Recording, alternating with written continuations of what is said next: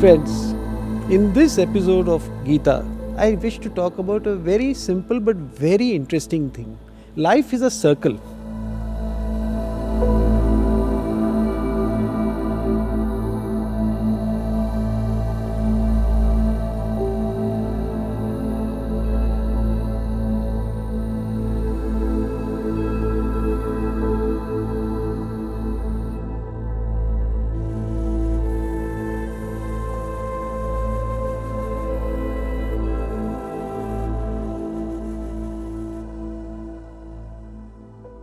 And as you would have seen in that little illustration which I gave a second ago, we do our work in a very straight manner, but what we do well, what we do with honesty always comes back to us. And I'll illustrate this with an example.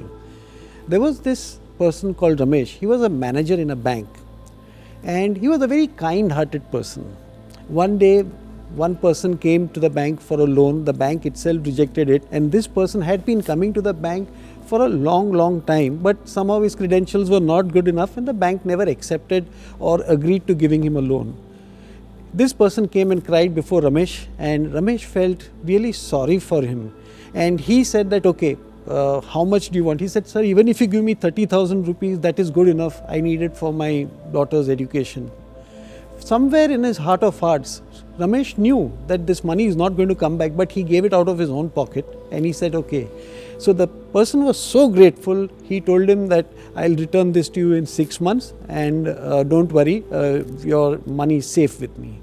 Ramesh inwardly laughed because he knew that this person doesn't have the wherewithal or the capacity to pay the money, but nevertheless he gave it out of the goodness of his heart.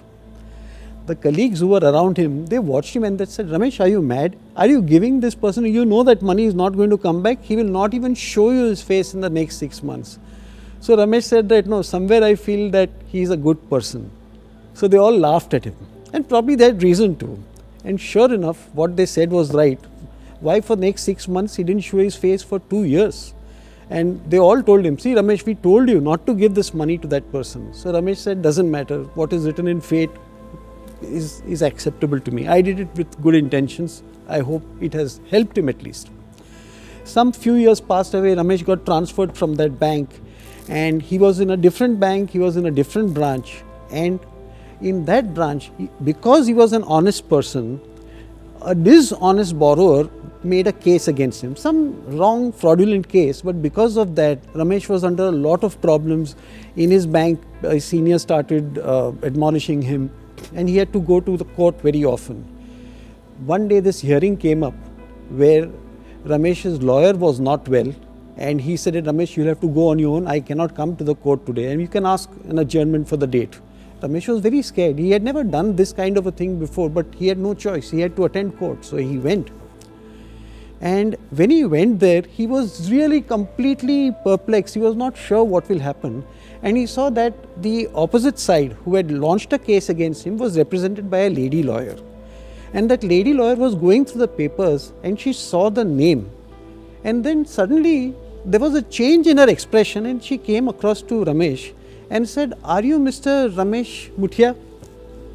So he said, yes, I am Ramesh Muthia. And something came over her and she said, were you in the Delhi branch in the year 19 so and so, about 6-7 years ago? He said, yes.